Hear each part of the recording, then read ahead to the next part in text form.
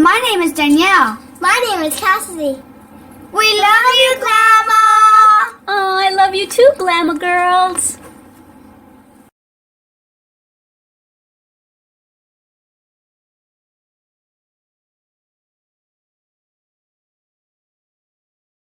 Hi everyone, Glama here. Welcome back to Made with Love by Glama, where everything here is always made and taught by me with love. Today we are going to have lesson number 2 on my knitting series. Yay! And this is going to be a lesson on how to do the knit stitch English style. Okay, so all you'll need is some yarn and any size needles that you have. They can be circular needles or straight needles, wood needles, metal needles, plastic, whatever. We're just going to be practicing and learning today, okay? Alrighty, so go get your stuff and meet me back here. Since I'm teaching you English style means you hold the working yarn with your right hand. So what I do is, I don't know if everyone else does this. Like I said, I'm new to knitting, but what I have found that's easier is if I'm English style knitting, I bring the skein of yarn onto this side of my body, onto the right side, because this is where the needle is going to be, the yarn is going to be feeding from. Okay, so that's what English style is. It's holding the working yarn with your right hand. Okay, now I've already cast on, and like I said, I don't know what style of casting on this is called, but it's the one that I showed you in my previous video. I didn't know what to call it, so I called it Glama's simplified cast on method, where I just used my thumb. So anyway, I think I put 15 stitches on here or so.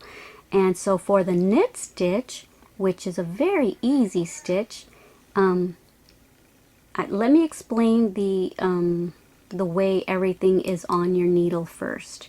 Okay, so these loops or stitches that we put on has a back loop and a front loop, or some people call it a right loop and a left loop. So we're basically working the knit stitch under the front loop and through it, and basically now we are between the front loop and the back loop. You see? Here's the back loop and here's the front loop.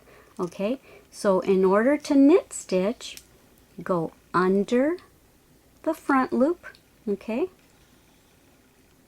and you kind of make an X with the tips of your needle. Okay, so this is what it looks like from this angle. See, here's the back loop and here's the front loop.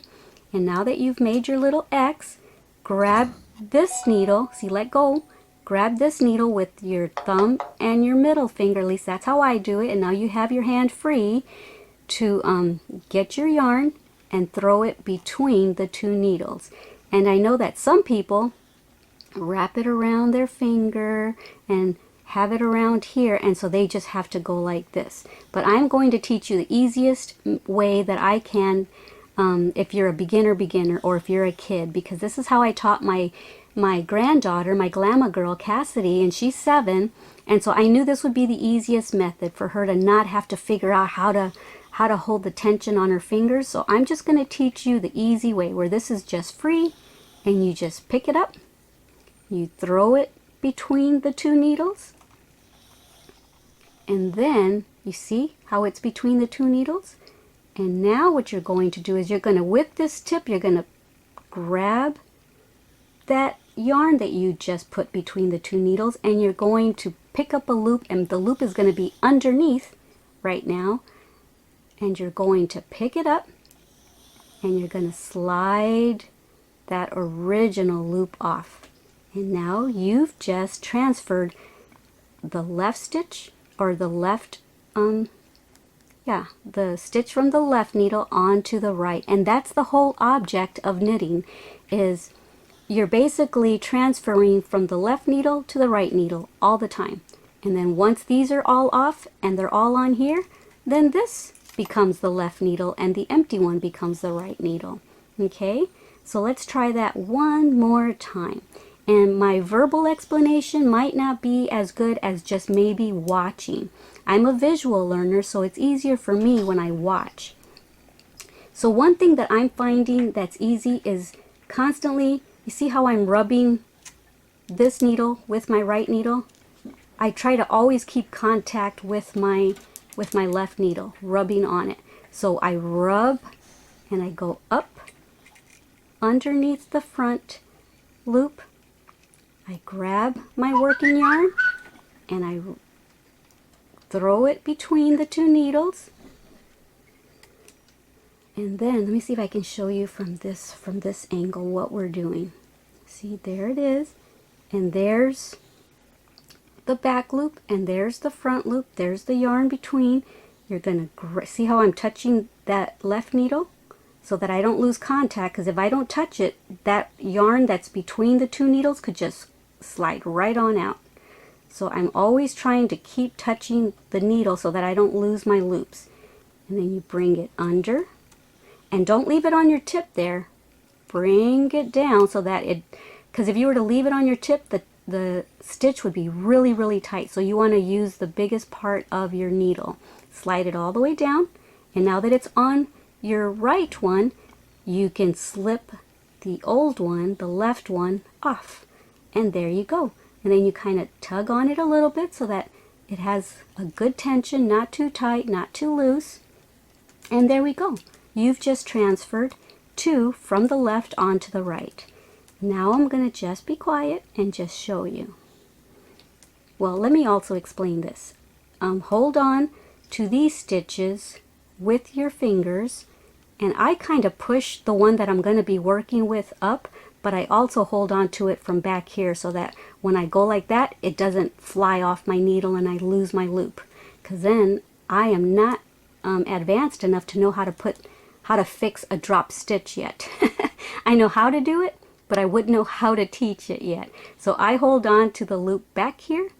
First I slide it up with my thumb, and then I hold on to it back here. And now I'm going to go from under the front loop and make an X with my needles. And now I'm going to throw the yarn between. Oh, I said I wasn't going to talk, didn't I? It's hard for me to not talk. So you see, now you can see, well, I showed you what it looks like from the top view a minute ago. Now I'm showing you what it looks like from the under view. Okay, so there you see the back loop back there. See, it's right there, back there, and this is the front loop. And we're going to go, see, there's the back, and there's the front, and there's the yarn coming between. We're going to grab that yarn and go between the back and the front. Pull it up. Now we've got that secure on our right hook, and now we can lift off with that loop off of the left needle. Okay, now I am just going to be quiet. Let's see if I can. Okay.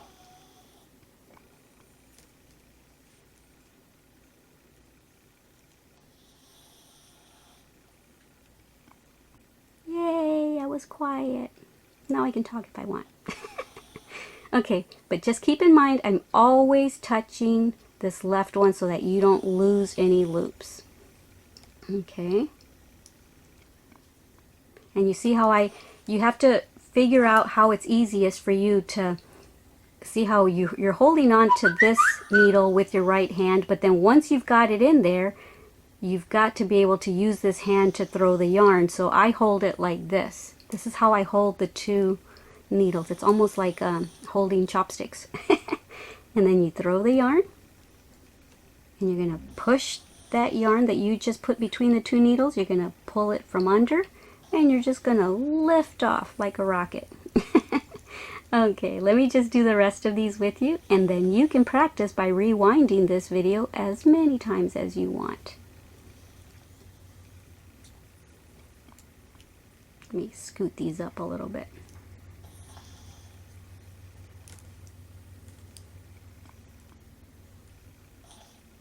So when I first learned to knit, I learned this style, English style, holding the yarn with my right hand. And I never did learn the way to do it with it wrapped all around. I've always just held the working yarn and my needle like this. And I see a lot of people do that, but I also see a lot of people that have learned how to wrap it around their right hand. But I never knitted enough to actually learn a nice way of holding the yarn in my right hand. So I just always did it like this. But now I've taught myself how to continental knit, and I prefer that.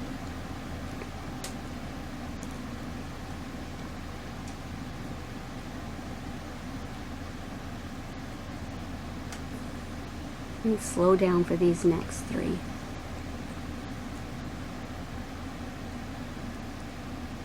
Try to do it really slow and show you from every angle what I'm doing. See how I slid it down to the biggest part of the needle, and now that it's secure on there, lift off. That's how I taught my Glama girl. Now we're going to lift off with the rocket. Because this kind of looks like a rocket. It's shaped like a rocket. Okay, lift off. And here's the very last one. Yeah. Okay, and there we go. You just made a knit stitch. Yay! So let's say that right now you just want to keep practicing your knit stitch. Your right needle has now become your left needle. Your left needle is now empty, so it now becomes your right needle. And let's do one more row to show you how you would just keep going, keep going, keep going. And this is, I knew how to do the knit stitch and the purl stitch, and all I knew how to do was make rectangular or square objects or projects, and so that's all I ever learned. But now I know how to do increases and decreases, and I'm going to teach you guys all of that. Okay, oops, I just started doing it Continental style. I forgot this is a English style video. Okay, so go under and up, throw your yarn, bring it under, and lift off the rocket. Okay, under and up, make an X with your needles, throw the yarn between the two needles, and then bring the loop up and lift off. And after a while, this is going to become a little faster, and it's just going to be automatic. Okay, just like this. All right, so let me just slow down and do the rest of this row, and then that will be the end of this video. And then you can practice, practice, practice. Slow down a little bit.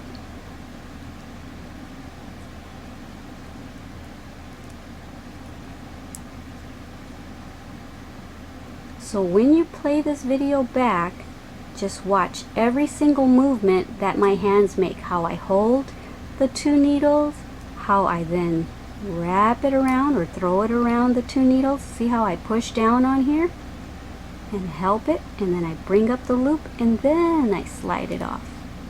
After a while, you're going to be able to do these movements kind of like all in one. See how I had it on here and I just slid it off really fast. After a while, you're going to be able to do that as well.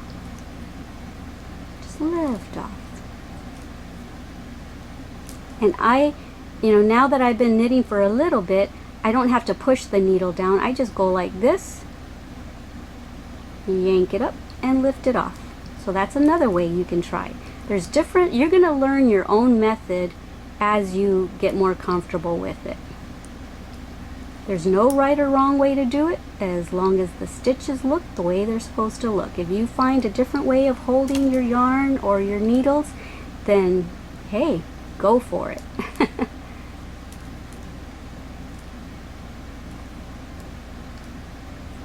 And there is something else that patterns sometimes ask you to do. That very last stitch, sometimes they tell you not to knit it or purl it. They tell you to just lift it off and put it onto this one. They usually do that with the first stitch and the last stitch. But that is for later on, once you're more advanced. We can talk about that. But for now, see, this is what 2 rows of knitting looks like. So go ahead and just practice, practice, practice, and then meet me back here for continental style knitting if you want to learn to hold the working yarn in your left hand, which is what I just taught myself about a week and a half ago, maybe 2 weeks ago. Because up until about 2 weeks ago, I was doing it the English style method and throwing my yarn. But now I do it continental style, and I like it a lot more. So Right now, I am going to let you practice, and I'm going to get ready to make the other video, the third one in our lesson, in our knitting lessons, Continental Style knitting. Okay guys, so thank you for joining me here at Made with Love by Glama, where everything here is always made and taught by me with love.